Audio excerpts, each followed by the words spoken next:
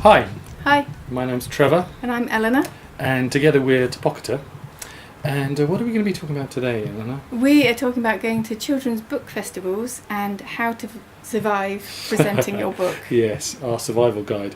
And it's going to be a two-parter because there's so much to cover. Yeah. But we're going to rattle through 10 points. 10 points.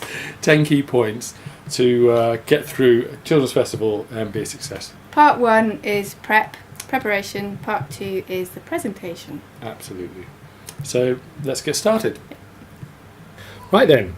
So here's our Children's Book Festival Survival Guide, Part 1, Preparation. And the first point being, why? Why? Why would you? Not for the money, probably. Not for the money. But it's great to be part of the community. So you're showing everyone in the community and worldwide that you're there, you're real, and you can get proper feedback as well. You can see the child's face as you read your story, which is invaluable. Absolutely. And we've also noticed, well, it's good for social media. We've noticed a big spike in our social media channels. Absolutely. When we do a book festival, there's lots of material there to post and get people involved. And if you have written a print book, you can take a box of books, sign them and sell them. Yes. What could be better? Point 2, how to find the festivals and then apply for them. Yes, so you need to find them first. And we've found a couple of good sources. They're for the UK only, but I'm sure whichever country you're in, you can find your own sort of version of this. The first one that we looked at was Book Trust. Yep. Because Book Trust do a very good calendar. We'll put up the address on the video. And that's a year calendar of the different events that are going on that year, and you can sort of apply it to a future year if you like. And the next one is literaryfestivals.co.uk. Get lit. And they're very good if you sign up to their email list, at sending you emails to keep you in the know about festivals that are up and coming. Yeah. And then once you have that, just contact them. There's probably a certain person you need to speak to, so email or social media is quite good. Yeah. We found Facebook and Twitter are both really good for contacting people. And you can use these guys to then go for the next year's festival. You know, you might need to be 6 months or more in advance, and email them and just show them what you can do, what your book is about, and what you're willing to give as a entertaining and memorable presentation. Exactly. Yeah, well, that's the key, isn't it? That you actually, and you can list several options as well. So various venues have different requirements, so you can adapt it maybe for younger children, older children, or for different types of venue. Yeah. Point 3, expenses or pay. Pay, yes. Well, you can't expect to necessarily get paid, can you? No, especially if it's not a free at this level. festival. If it's a free festival and you're a newcomer, don't necessarily expect to be paid. It's a kind of a to and fro. You know, you're giving them good content and they're giving you good exposure. So that's the exchange, basically. Exactly. Sometimes you can ask for expenses, so it's worth asking. Yes. But you can't necessarily expect that. But if it's a paid event where they're paying to actually come and see you, then obviously that's different. One particular event that we did, we asked for expenses, and they actually did print out all of our handouts for us, which was fantastic. We just turned up and they were already there waiting. Yeah, so that's an ideal. Exactly. So you might not get expenses for your travel, but they might be able to help in some other way. Yeah. Point 4, posters. Yes, posters. We got a lovely poster. This is one we did for the Barnes, that's in London, Children's Book Festival. And the main thing is to make it really colourful and bright. Yeah. And also to get all your information on there. Yeah, make sure you put where, when. It's horrifying to receive it back from the printers without where you're actually going to perform or what time. And also, if they have a particular logo they want you to use, make sure you've got that and yes, using their specific exactly. logo. And we put a little QR code on there as well, so people can now on iPhones you can take a photo just with the normal camera, and it recognises these QR and codes. Particular hashtags as well. Exactly. Yeah. So there are lots of little bits to fit on there, but you make way for the more important things, like a big colourful image, the wonderful picture, and the date and the place. And also, don't make it too big necessarily, because if these are going to be put up in bookshops and things like that, window bookshops space don't like. exactly. You don't like them. They don't like you taking up too much of their window with this.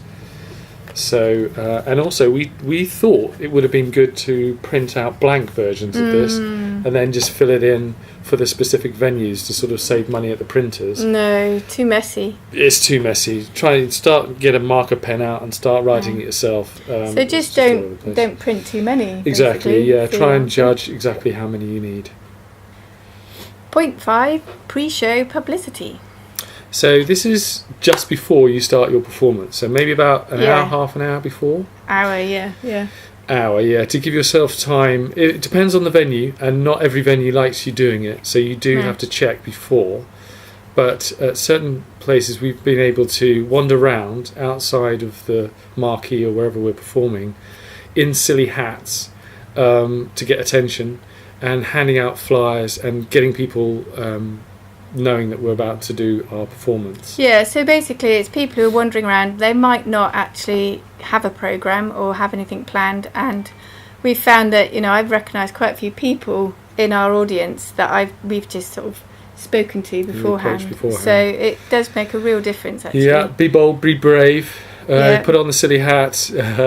Free stickers are always a winner, actually. Everybody loves a sticker. Free and sticker, that's a exactly. So plus, that sort of gets their attention and gets the child's attention. And flyers, and if you can actually point to where you're going to be, that's even better. Exactly. Don't need a map or anything like that. So that's good. Yeah. Oh, 1 minute. Flyers. Oh, flyers. Yes, there you go. You can see the flyers and the headwear. Yeah. And there you go. Oh dear. So yeah, it works. So you just have to roll with it, and there we go. Put yourself out there. So point 6, balloons. Yes, I found them great idea, actually. Yeah, it's a bit weird just to have one point on balloons, but they are good backdrop. If you can afford to get some. Then they're helium balloons, so they're quite high. So basically, they're above everyone's head. So if you are wandering through the crowds or whatever, it points to you without you having to jump up and down. Exactly, and within the performance again, but we'll talk about that later. But you can have them as a backdrop to your performance, and you can have info on there about the name of the book or the website or whatever. Yes. So they are absolutely a great addition. And we just used, as you can see, the images from our stickers to go onto the round balloon. So that was quite easy to print up. Point 7, fold up table. Yes, we found this really, really useful, especially as a backup. Yeah. If you've got a fold up table, we've got one that's plastic and it's got detachable plastic legs. Yeah. And it's about waist height. And it folds up with the legs inside, and it's pretty light. You can carry it with everything else. Yeah, so between us we can carry everything. That says the table, a portfolio, box of tricks with the masks and all sorts of stickers in, and the balloons. So we can be one unit. Exactly, but do find out from the venue what their setup is anyway. Yes. We've set up the table after the event outside of the marquee or wherever we were. Yeah, we've got a lot more interest. So we've still managed to get interest after the performance. Yeah. But you do have to check with the organisers, because not everybody wants that. No. So, but it's useful to have as backup. Absolutely. Point 8, AV setup.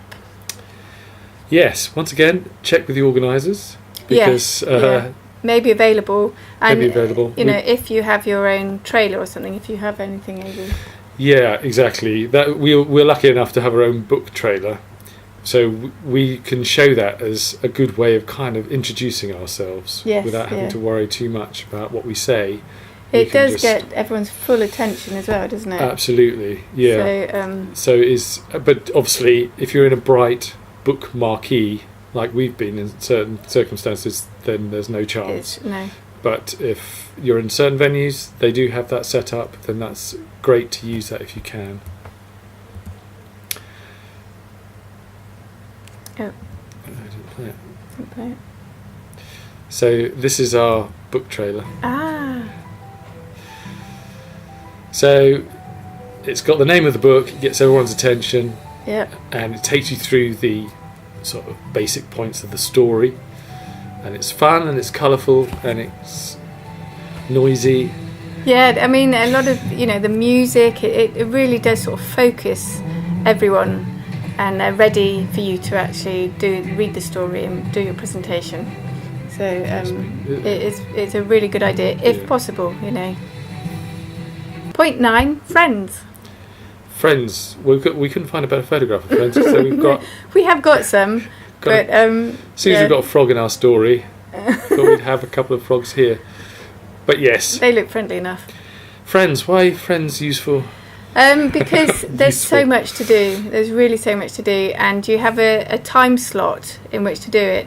And if you're doing your presentation and then you'd like to get sign-ups for your email list, and you'd like to talk to people about the trailer or the book itself, and you've got some kind of activity after your book, it's basically so much to do, and everyone wants it at the same time and then leave. So if you have more people, the better. Yeah, it really does help. Yeah. It makes a big difference. And some venues can actually offer that. They offer people to help with you. With not stuff. Friends. Point 10, someone to take photos. So this is a slight cheat on the point system, but it's just get a friend again. Yeah, but a friend who we wanted 10 points. But a friend who can actually take good photos, because some friends can't. But yeah, you know who they are. Yeah, it's really important. As someone with a really good phone, like some of the later phones are really, really good. And a good eye as well. And a good eye, and getting them to take photos. Good light, yeah. Little lead up to before the event, and during the event, obviously. Yeah. Trying to catch key moments, and also after the event. So just the activities that you've got available. From behind children is quite good, because you can see the fantastic crowd you've got, and their kind of reactions, but also you haven't got their faces, because of course you can't have children's faces. No. And if you do get them, you need to blur them slightly. Yeah, you do. I think that's down to sort of various reasons. If you're going to post to social media, there's a lot of understandable sensitivity about posting children's faces, you'll have to run around getting permission. Yeah. So you can't do that. Which is quite good. We've done this sort of mask pop-up photo shoot, Be a Hero, and so they've immediately got their faces obscured. Yeah. So that's kind of quite. So that sort of helps. If you do capture kids' faces, then you can do a bit of Photoshop blurring. Yeah. Whatever. Yeah. Just enough so there's no sort of recognition. Yeah. Okay, so that's our 10 key points in preparing for a children's book festival. And how to survive. Exactly. There'll be part 2, look out for, which will be dealing with the actual performance. The presentation itself. But for now, if you like what you saw and you want to see more, please subscribe. And like this video. And we'll see you soon. Okay. Thank you. Thanks. Bye-bye. Bye.